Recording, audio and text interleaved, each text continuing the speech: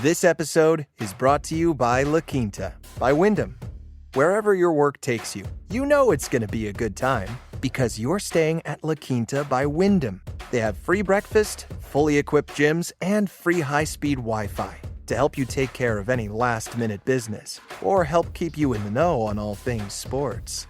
Tonight, La Quinta. Tomorrow, you triumph.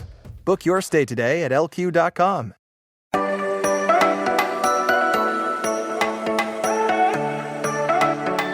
Well, it's hard to believe we're, I guess, technically almost halfway through June. We're already into week 2-ish of June. It is Monday, June 12th. I don't know how we're here, but we have landed. We are here, and we are ready to kick off a new week, a week that features mandatory minicamp for the Bengals, which is the final phase of their voluntary workouts before we basically go into the dark zone. Welcome into another Monday edition of the Strictly Stripes podcast.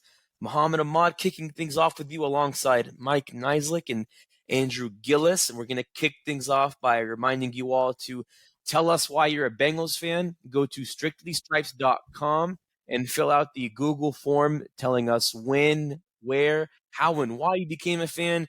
And if it's easier, you can just email us at stripes@cleveland.com. And I want to say next week, if not the week after, we're going to start sharing the many responses that have been rolling in from our awesome listeners and subscribers. So this is your last chance this week. Make sure you submit it, and we'll keep reminding you to do so throughout the week. So like I mentioned, guys, mandatory minicamp kicks off Tuesday as we're taping this on a Monday. I know we talked a little bit last week as OTAs wrapped up, with our biggest observations, and we kind of looked ahead to this week. Obviously, we know what we're looking for. We know what we're going to see. But I think there's obviously some questions people have and some questions that come to mind when you think about mandatory minicamp. Obviously, I would say this. For me, and I want your all's thoughts on this, the biggest question I have, because we are going to hear from Joe Burrow on Tuesday. I believe we're going to hear from him on Tuesday sometime this week. This is going to be the last time we hear from him before training camp. Do you think he gives a hint at a deal if it gets done during camp, before the season, before camp? Is that something you guys are thinking about looking ahead for training camp or for mandatory minicamp this week? Yeah, well, that's the number one thing, right? That's the thing that everybody, it almost goes without saying at this point that that's the number one storyline on everybody's minds. When is this deal going to get done? When can you expect it to get done? And I think kind of whatever he's going to say, while I don't anticipate it being particularly illuminating unless he's ready to break some news.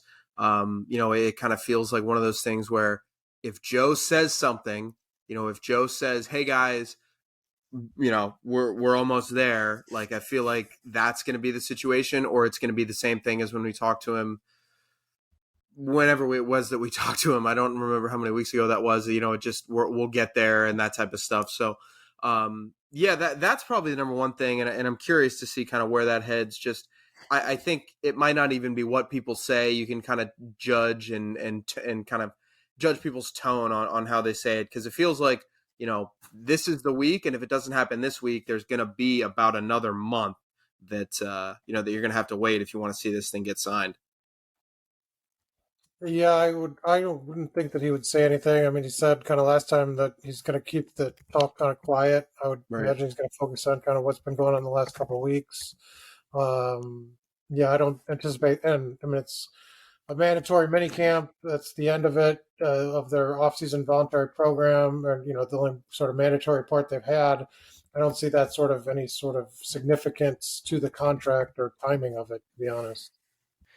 Yeah, I think, Andrew, Mike makes a point. I think that obviously, and I don't say this to beat on a dead horse, but I think at this point, if, a deal is not going to get done miraculously at some point this week, if the ball just drops, which I don't think will happen, but who knows? But at this point, I would think, we don't know an exact date, but the deal would have to get done, I would think, at the start of training camp, right? Maybe late July, early August. Because if we're following history, like you look at Josh Allen, you look at Patrick Mahomes, when they signed their extensions, I think they were all at or about that time range. I think, does that kind of give that away at this point? I mean, I think, one of the things that I've kind of always made the case for is that, I think signing the deal, I mean, this is not your everyday thing. I mean, this is going to be a deal that, the Bengals sign I guess Joe Burrow signs and the Bengals kind of agree to, and everybody's happy with it. And this is a major PR movement for the team, not just kind of a football move. This isn't, hey, the team re-signed Jermaine Pratt, where, you get the fans that are happy and it's over in a day. Like this can be a very, very, big and monumental, and it should be a very, very big and monumental day for the franchise. So, yeah, I mean, I think just kind of the simplest thing for me would be, you've got to blow this thing out in terms of media coverage. You've got to want everybody there, and, you've got to want there to be Joe's family there, and you've got to make this a whole big thing. And I think the time to do that is training camp. I don't think you want to do that and then say, yeah, look at all this great vibes and the good vibes and the great mood that we're putting everybody in. Okay, see ya. Like, you don't want to do that. You want to make sure that everybody's ready, everybody's feeling good about it, because if you do this and you sign it right before the season, you can kind of parlay that momentum into, everybody having a good feeling about the season, whereas, if you were to do this now, you would have a week where everything's great, and then you get 5 weeks off and everybody goes away, and then we get back and we're like, oh yeah, remember when Joe Burrow signed his contract extension? Like, I think you could kind of make this into a bigger thing if you do it in training camp. So I would personally wait till training camp to do it. So it's funny that we're talking about this as journalists, because what you just pretty much described, for those who didn't really pick up on that, this is pretty much all, I think, the reverse of what we do, which is PR. So obviously PR is, public relations, the gatekeepers. And if you're a gatekeeper, like if we're putting our PR hats on, that absolutely makes the most sense. The fans are going to be there. I think, Joe Burrow probably wants to enjoy his 5 weeks as well, because after those 5 weeks, it's, hard foot on the gas pedal until basically the end of the year, which is Super Bowl or bust for this team at this point. Like we talked about the window for this team. So you want to get your rest in, like literally get your rest in, and say, all right, Joe, pen to paper, get it done, make the fans happy, let them talk about it for weeks on end and months on end even. And that's that. I also wonder, though, and this is maybe a silly question, but we're talking about questions to ask, because this is the last week we'll see the team before training camp. Does T. Higgins get a deal done? Does Logan Wilson get a deal done? And how much of that is contingent on Burrow's deal and vice versa? I mean, we're not going to get an answer on that because Logan Wilson's agent is handling that. And the same goes with T. Higgins' agent, who, of course, is the same agent that Jesse Bates had. So maybe that gives you an answer of where things could head with that or not. But that's obviously another thing to look at, and we'll just have to figure that out as time goes on. Really, there's no timetable on that. Time is the only answer at this point. But the other big question, I think, that succeeds Joe Burrow concerns is Jonah Williams, of course. I would actually say, I don't know, you could say maybe he's more of the center of attention this week than Joe Burrow. Like, we know Burrow is going to get his deal done. I mean, he's going to have his press conference, which will have a lot of ears because he doesn't talk often, and he's Joe Burrow. But Jonah Williams is probably, just based on the reports that have been out there, he's probably going to show up this week. Obviously, he's been rehabbing that knee. He's been training in California, apparently squatting, 500 pounds, which I can't even squat half of that for like a good 5 reps. So good Lord almighty. I don't know about your PR, Max, but that's pretty impressive. So clearly he's getting back into shape. He's getting back into his full form again. But I just wonder, though, if he does come back, because let's be honest, there's always a chance. There's a 95% chance he's back, but there's also the 5% chance that maybe he really is pissed and he really, really is not happy with the way things are going at right tackle. But if and when he shows up, I mean, it's going to be 2 things to watch. First thing is, how much is he going to be practicing? Is he going to be doing full movements? Is he going to be working with other linemen?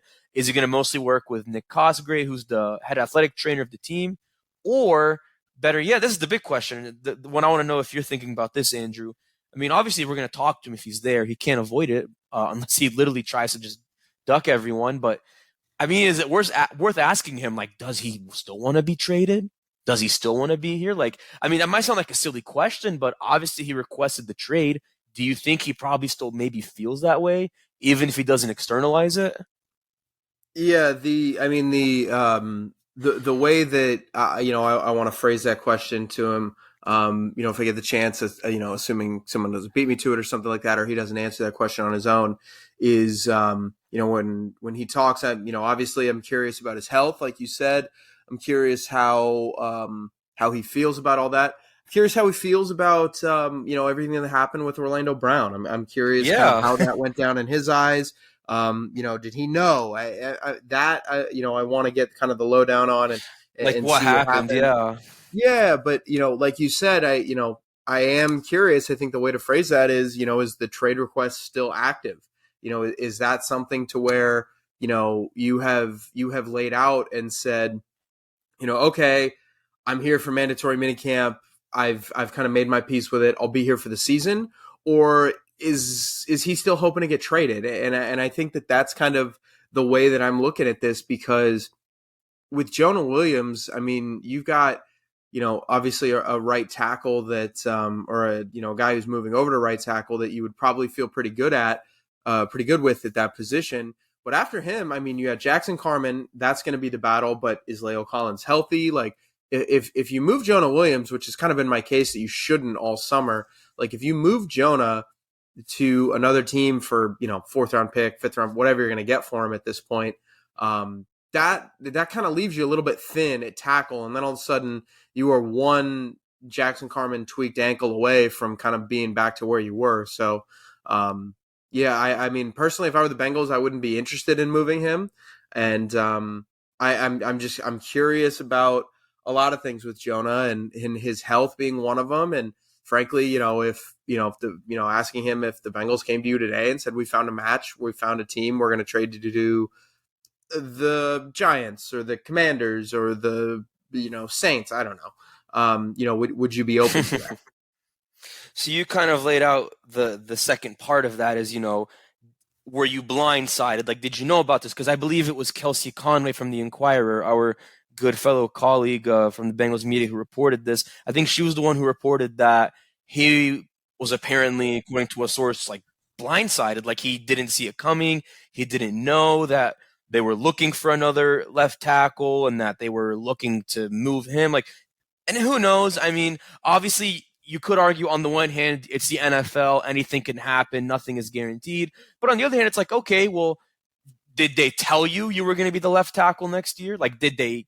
And I don't know who they is, whether it's Zach Taylor or the front office, but, were you told one thing and then did you get another message? Like, that's, I think, the even more specific way of looking at it, of like, how blindsided were you? And he's obviously going to get more questions about that and other things like, his future and, does he want to be in, I mean, I would think if he doesn't get traded, this is his last year in Cincinnati, because I think at this point there's going to be a divorce, whether it's a trade, which probably won't happen, but if not a trade, he's a free agent and they pretty much move on from him and they have what they have at right tackle with, La'el Collins, Jackson Carman, Cody Ford, and then Orlando Brown's obviously not going anywhere for the foreseeable future.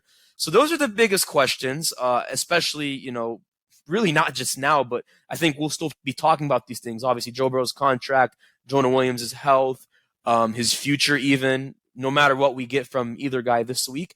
But stay with us. We're going to come back and talk about some more health-related questions on the biggest Bengals players that we haven't mentioned yet and that I don't think we've talked about that much up to this point. But stay with us. We're going to have all of that and other questions to ask the Bengals when we return right here on the Strictly Stripes podcast. All right, thanks for staying with us on the Strictly Stripes podcast. So I believe we've established at this point that the center of attention for this week, at least as the Bengals wrap up mandatory minicamp, is Joe Burrow. Show me the money. And Jonah Williams, show me your future. If we even know what that looks like, right? But those are the biggest questions. But there's lots of other things that I think are going to be emphasized this week that we're going to be looking at and that fans should be looking at. Since we're talking about health and Jonah Williams' knee, I think another player to watch in terms of health is Chidobe Awuzie. He has not practiced at all during the Bengals' voluntary workouts since April up to today as we're taping this podcast. So I don't think he's going to practice this week unless maybe we do see him move a little bit. I would imagine he's not going to be out in full pads, doing 7-on-7s. I would think that's a stretch, but does he do some movement? Like, does he work with the trainers? Like, what are we going to see from him? And then I think the other question is, no matter what he looks like now, how ready is he going to be in July, when they return for training camp? And then this is more of a question for training camp, but will he be ready for week 1? But I guess, for you, Andrew, like looking at Chidobe Awuzie and his health, do you think we might get a window of his health now and what that might mean for him before training camp? Yeah, I mean, that would be what you would want. Obviously we'll talk to Zach this week, and Cheeto tore his ACL on Halloween, and he had the surgery I think a few weeks later. So it wouldn't exactly be the shortest turnaround, but it's not exactly the amount of it's not like he tore it against the Steelers last year in week 1, and then you had basically a full year to recover. He's kind of working against the clock here. So personally I would be kind of surprised if we see him out there in full gear, ready to roll, no restrictions on day 1 of training camp. That's obviously going to be big. The health questions are big. What does Cheeto look like? What does Leo Collins look like? What does Jonah look like? Those are the ones that I'm looking at, just in terms of, where they're at on their timeline. Obviously, I think Lael would be the farthest along or the farthest to go in terms of, how long he has to wait to get back onto the field. Just frankly, because of the timing of their injuries. I mean, he got injured on Christmas Eve. That's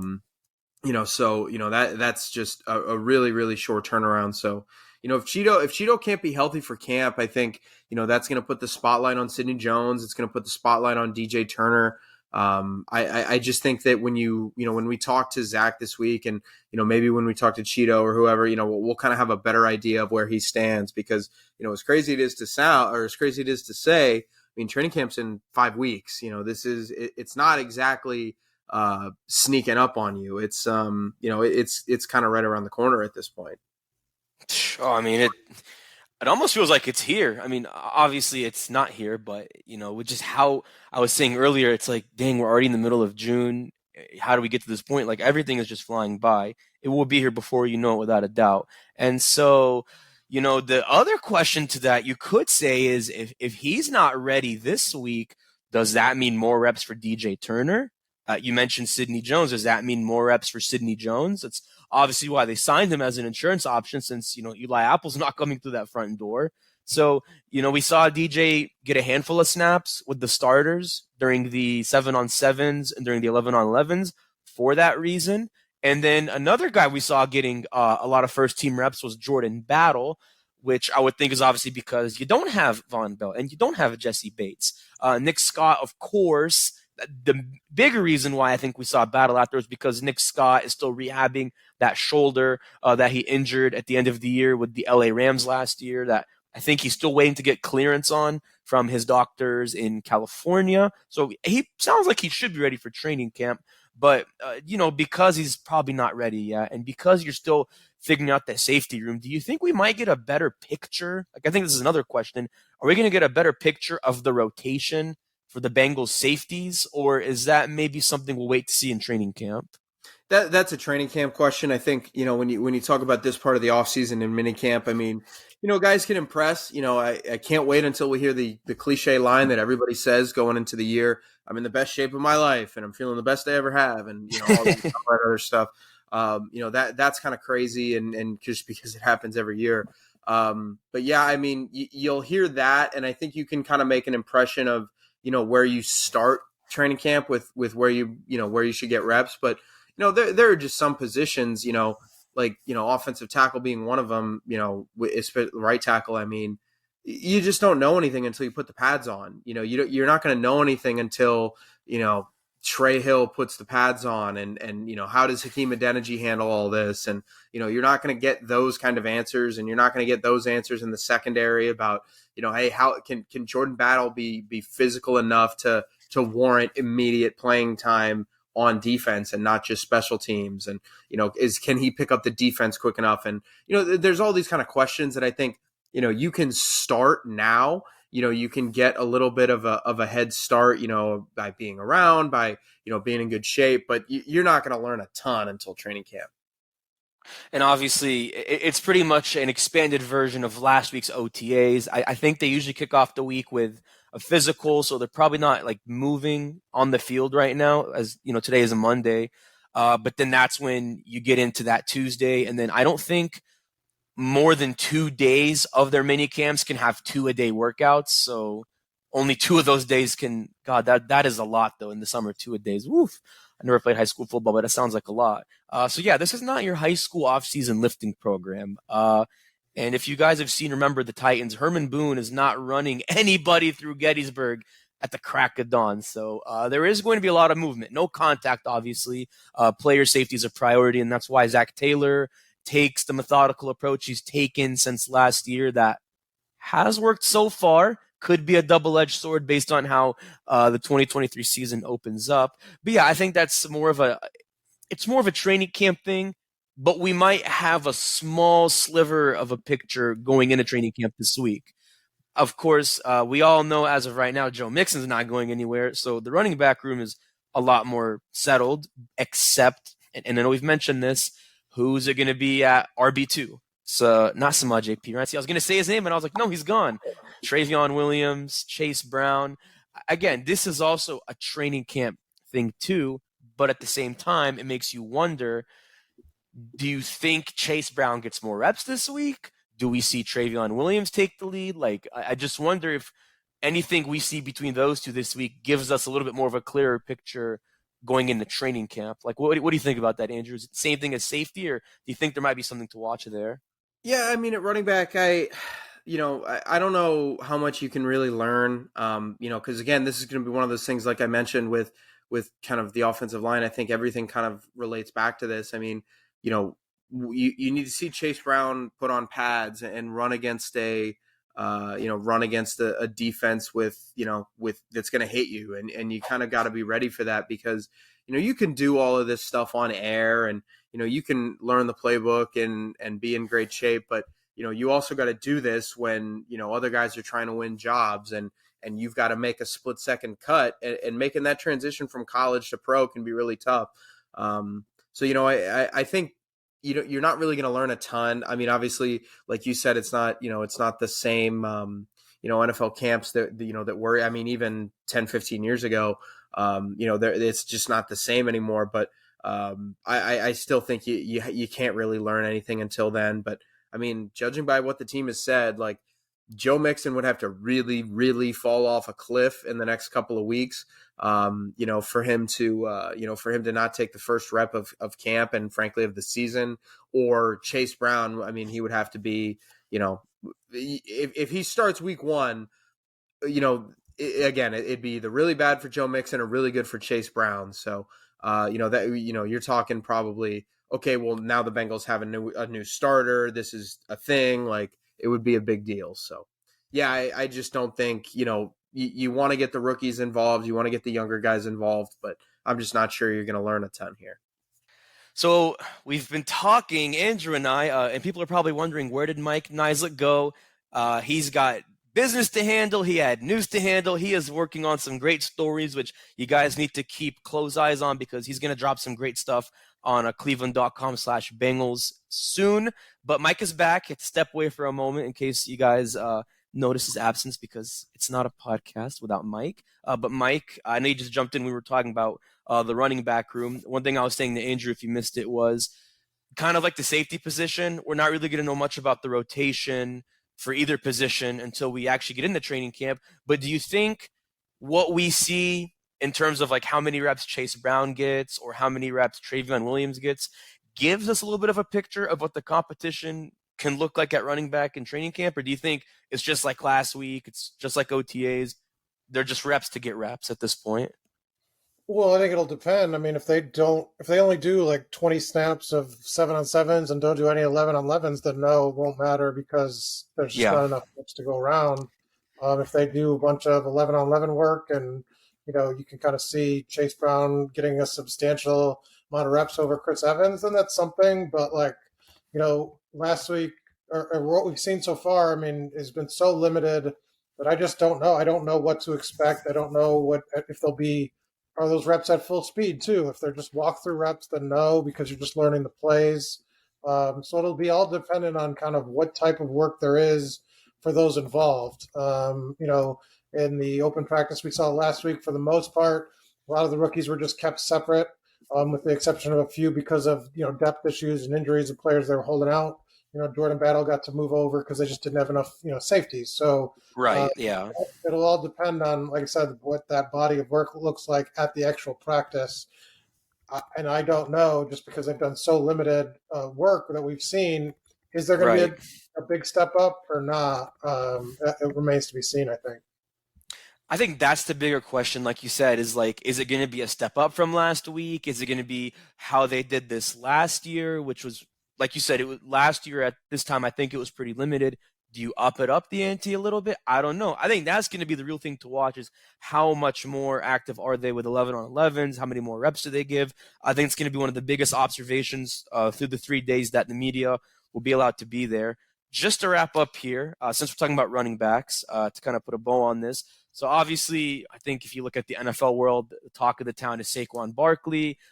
He is not going to be at the Giants' mandatory minicamp. He has yet to sign his franchise tender. Josh Jacobs, the Raiders, same thing, tagged, yet to sign his tender. Dalvin Cook, he's been cut. I think last Friday he was officially had his papers processed, which makes me wonder. So you have all these running backs who are all pretty good. Saquon Barkley, pretty good. I would think Dalvin Cook is still pretty good. And Josh Jacobs was a Pro Bowler not long ago. I'm trying to understand. Let me ask you all this first. Does it make sense that these guys aren't getting paid? Does it make sense to actually put the tag on these guys? Is there some conspiracy to not pay running backs more? Is that just the direction where everything's heading? And on top of all of that, is Joe Mixon just that lucky right now? Because this is very interesting to me. Can you hear him?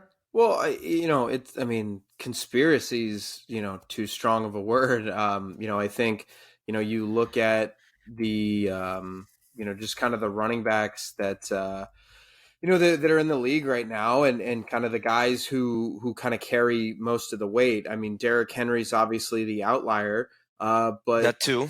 Josh Jacobs, great season, 24. Nick Chubb, 27. Saquon Barkley, 25. Najee Harris, 24. Dalvin Cook, 27. Jamal Williams, 27. Miles Sanders, 27. Christian McCaffrey, 26. Zeke Elliott, 27. That's the top 10 in terms of rushing attempts. If you want to add yards, ETN goes into that mix. Justin Fields goes into that mix. But it's not a conspiracy. It's just that these guys wear down faster. I think, frankly, this is a conversation for another day, but it's at a point now with running backs where, I think there should be kind of conversation about, having in, the next collective bargaining agreement or something like that, having a different style of contract for running backs. Maybe if you draft a first round running back, it's, a 3-year deal with an option for a 4th, or, you draft a rookie running back, you get a 2-year deal with, going in. There's just something you've got to do to get these guys more contracts. Cause for every Derrick Henry, which there are not many of Derrick Henry, there's 50 guys who are just, you look at them and you're like, oh my God, I can't believe that guy was so good. And then he just faded off the face of the earth. Todd Gurley is 28 years old, and it feels like Todd Gurley played in the NFL 9 years ago. I almost forgot about him. Yeah, his last year in the league was in 2020, and he was big time cooked in 2020. He, obviously he had some major injuries in his career, but I mean, sheesh, he was an amazing player for the Rams, and I just think he's the perfect example for that, because you can have offensive player of the year, rookie of the year, first team all-pro. You can have that level of player within 2 to 3 years just be done. And, it's not a conspiracy. I saw the Saquon stuff about, tagging certain guys. And I mean, it's just it's a cold business, but it's the best business for these franchises not to give running backs term or money. So you concur, Mike? Oh yeah, I mean you can't. I mean the problem is you can't make an exception on a rookie contract that you're a running back, but that's really ultimately when you're going to get paid. When you need to get paid the most, essentially, because you look at Dalvin Cook. He's a 4-time Pro Bowler and he's made $32 million, and now is when he's be looking for his big contract, and now he's on the unemployment line. So it's really hard, even when you're the best of the best. That second contract even is now really dicey in terms of like lasting the whole thing. It's just really hard for these guys when they take so much punishment, and the more carries they get, and the more successful they are, they're almost doomed to sort of fall off a cliff sooner, almost, just in terms of their production, because it's such a violent and physical game that it's just not sustainable. And so teams you can't pay, it's like, in baseball, I think they've gotten away from it now, but, Miguel Cabrera, paying him, for 10 years for what he did the previous 10, and you're stuck with a $200 million contract for a player that's got sub-WAR. It's essentially the same concept. You just can't do it in the NFL at running back because you'd be giving up $20 million essentially a year. Yeah, I mean, maybe conspiracy was a strong word, like you said, Andrew, but it just sucks for them. Like, because they'll still be good, but are they going to be as good as those first 3-4 years? I mean, history and the way the game has been changing says probably not. So sucks for them, but what are you going to do? Hold out and get nothing, or just take less than what you feel like you're worth? I mean, it's like you're stuck between a hard place and a rock, but maybe it's only a matter of time. I mean, Joe Mixon's still the starter for now, but who knows? Unless he proves everyone wrong and somehow does something he hasn't done since his Pro Bowl year. This was probably his last year in Cincinnati too, I would think, because he's got 2 years left on the deal. So I was thinking about it in regards to him because it is a Bengals podcast. Still had my mind thinking though. But we're going to be thinking about a lot of things tomorrow when we hear from Joe Burrow. We hear from biggest names that we're watching in mandatory minicamp this week, and we'll be talking about them for the rest of the week up until Friday. But once again, for myself, Andrew, and Mike, I'm Mohammad Ahmad. We will catch you Tuesday. And don't forget to sign up for our Cincinnati Football Insider Subtext service. Go to cleveland.com/Bengals. It's a 2-week free trial to start. And sign up for our Cincinnati Football Types newsletter at cleveland.com/newsletters. We will see you on Tuesday.